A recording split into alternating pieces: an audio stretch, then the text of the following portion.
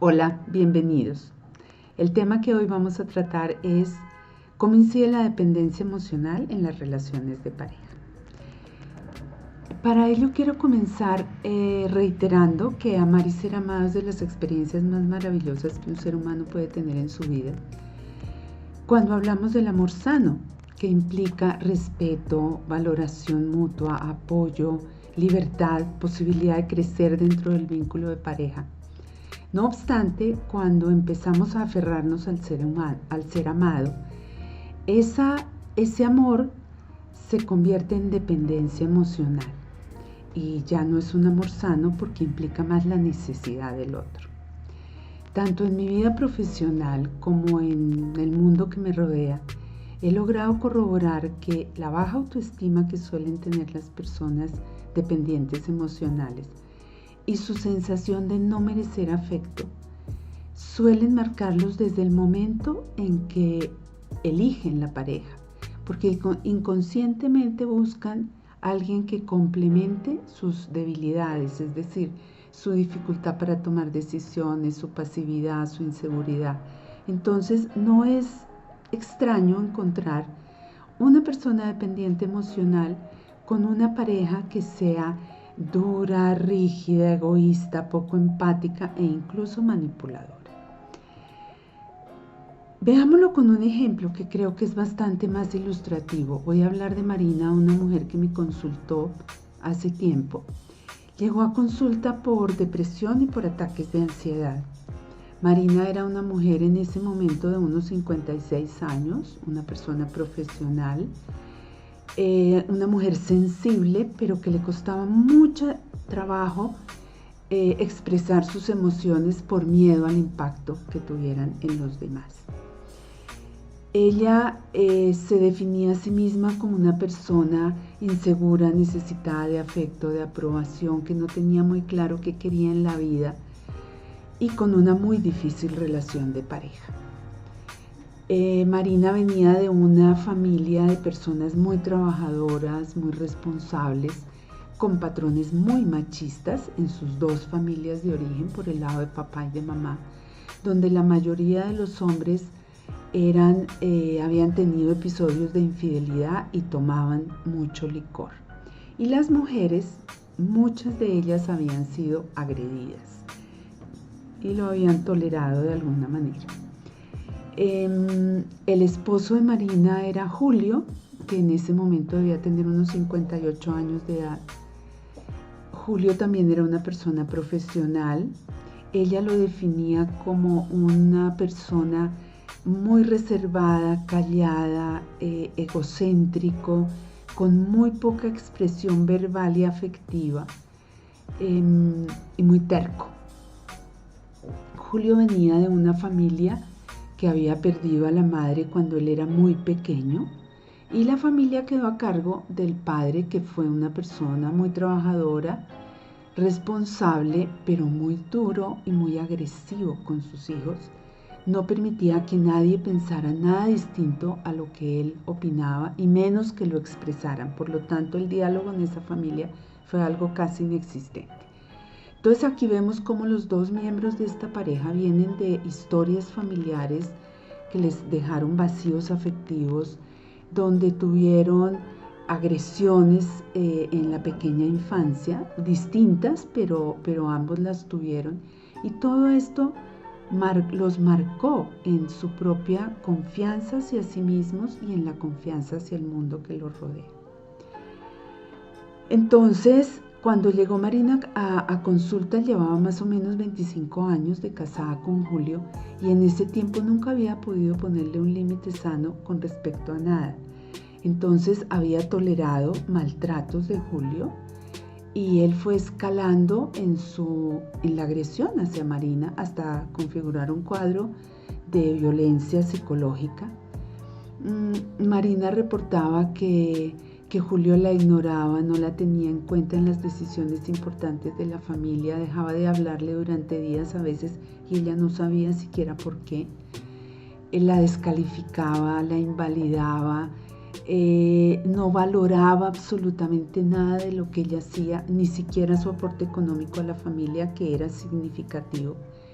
Y el caso es que todo esto fue haciendo mella psicológica en Marina, al punto que ella en algún momento narra que se sentía responsable y culpable, es decir, como merecedora de las agresiones de Julio. Esto la afectó psicológicamente y en algún momento incluso tuvo que estar medicada con medicamento psiquiátrico. Como suele ser común en este tipo de vínculos, Marina tenía claro que esa relación era dañina, que incluso muchas personas cercanas le habían dicho que por qué no se separaba. Sin embargo, para ella era inconcebible la separación, porque internamente hacía como un juego en que idealizaba y supravaloraba todas las características de Julio, que de hecho tenía características positivas como cualquier otro ser humano, pero ella las hipervaloraba y al tiempo se infravaloraba ella, sintiéndose incapaz de nada, es decir, se veía a través de los ojos de Julio. Y esto le hacía imposible separarse, siquiera pensarlo. A través de la terapia, que no fue corta, trabajamos casi 2 años, Marina fue mirándose a través de sus propios ojos, fue valorándose, viendo sus recursos, manejando sus miedos, enfrentándolos, y poco a poco los ataques de ansiedad fueron cediendo. Ella ganó confianza en sí misma y empezó a poner límites sanos a Julio, es decir, no fue a través de los gritos, de la pelea, de la agresión, sino muy tranquilamente a decir: Julio, esto me duele, esto me molesta, esto no quisiera que se repita porque me hace daño, etc. Y obviamente eso transformó el patrón de esa relación completamente. Y finalmente decidieron que se iban a separar porque pues Julio no supo cómo manejar esta nueva actitud de Marina.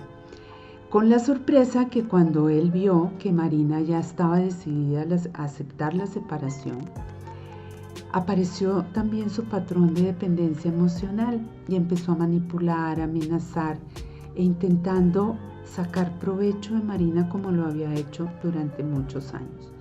Entonces la última parte de la terapia fue apoyando a Marina para ver cómo manejaba esta situación y cómo lograban una separación sana entre los dos sin hacerse más daño del que ya se habían hecho.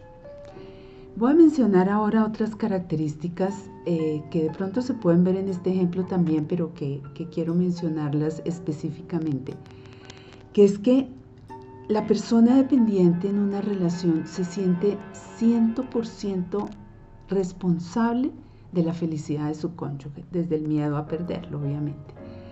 Entonces, esto primero es misión imposible porque nadie puede hacerse responsable de la felicidad de otro ser humano en su vida. Y segundo, porque como suelen ser personas que viven conectadas con el miedo al abandono, al rechazo, eso les impide conectarse con el amor. Recordemos que el miedo y el amor son dos emociones antagónicas. Entonces, cuando yo estoy conectada con el miedo, me es muy difícil conectar con mi empatía, con mi capacidad de percibir al otro, de darle lo mejor de mí, etc. Y por eso no registro ni las vulnerabilidades del otro ser ni las propias mías. Y eso me hace difícil cuidarme y cuidar a los demás. Incluso puede haber dificultades para cuidar a los hijos, así se quieran mucho y se quieran proteger. Pero desde no conectar con esas vulnerabilidades, es muy difícil protegerlos de una manera efectiva. Otra característica de las personas dependientes emocionales es que funcionan más desde la necesidad de control que desde el afecto, y esto sumado a su inseguridad les puede detonar episodios de celos, incluso celos patológicos, que limitan mucho la posibilidad de acción del cónyuge o de la pareja. Y esto puede detonar incluso episodios de agresión física. Otra característica es que suelen alejarse de sus seres queridos. ¿Por qué? Porque sean los amigos, los familiares, les sirven de espejo y les muestran que esa relación no es sana, que está habiendo daño para los dos seguramente, y prefieren no verlo ni oírlo. Entonces por eso toman distancia de sus seres queridos. Algo que pone en evidencia la dependencia emocional es que cuando el cónyuge decide por alguna razón que va a cortar la relación, la persona dependiente hace hasta lo imposible para que eso no suceda. Es decir, puede llorar, suplicar, recurrir a otros para convencer a su cónyuge, incluso manipular, chantajear, etc. Y lo más triste es que cuando logran romper una relación de estas, si no han trabajado sus características de dependencia emocional, pueden armarse muy rápidamente en una nueva relación donde van a repetir los mismos patrones. Es doloroso ver en consulta el sufrimiento de estas personas, porque suelen estar como atrapados sin salida, es decir, están entre una imposibilidad de separarse por pánico y por inseguridad, y en una relación muy dañina con un vínculo tóxico, destructivo, que oscila entre el amor y el odio, entre la cercanía y el rechazo, y que incluso puede afectar su salud física y emocional. Entonces, lo recomendado en estas situaciones es encontrar alguna estrategia, alguna alternativa que permita transformar esos vínculos. Una de esas estrategias es la psicoterapia de pareja, que desde el enfoque que yo manejo, que es el enfoque sistémico, permite a cada uno de los miembros de la relación identificar, digamos, patrones en su propia historia familiar que aprendieron, tanto cosas positivas como patrones negativos, para ver qué de eso se está repitiendo en su propia pareja, qué heridas emocionales no han sanado y les corresponde individualmente y no corresponden a la pareja, qué necesidades entre ellos no han sido expresadas y menos satisfechas, sea a nivel emocional, sexual, de la vida cotidiana, etc. También les permite fortalecer su autoestima, desarrollar patrones de comunicación mucho más sanos, tanto en lo emocional como en lo verbal, y esto va transformando el vínculo, creando algo mucho más sano y posible, digamos, de mantener en el tiempo sin hacerse daño mutuo. En ocasiones puede ser necesario también hacer una terapia individual para uno de los dos miembros de la pareja en simultáneo con la terapia de pareja, y esto va a depender de las heridas emocionales de cada uno, de su capacidad de abrirse, de mirar hacia adentro, de sanar toda esta historia dolorosa que tenga cada uno. Definitivamente es claro que cuando una pareja se conforma con dos miembros que son bastante autosuficientes, independientes, con buena autoestima, van a tener muchísimas más posibilidades de lidiar y sobrepasar las dificultades inherentes a la vida de pareja en distintas etapas, sin ser, digamos, el uno víctima del otro o el uno salvador del otro, etcétera, sino conformando un vínculo que cada vez se va a poder fortalecer más para recorrer el camino conjunto que decidieron recorrer en la vida de pareja.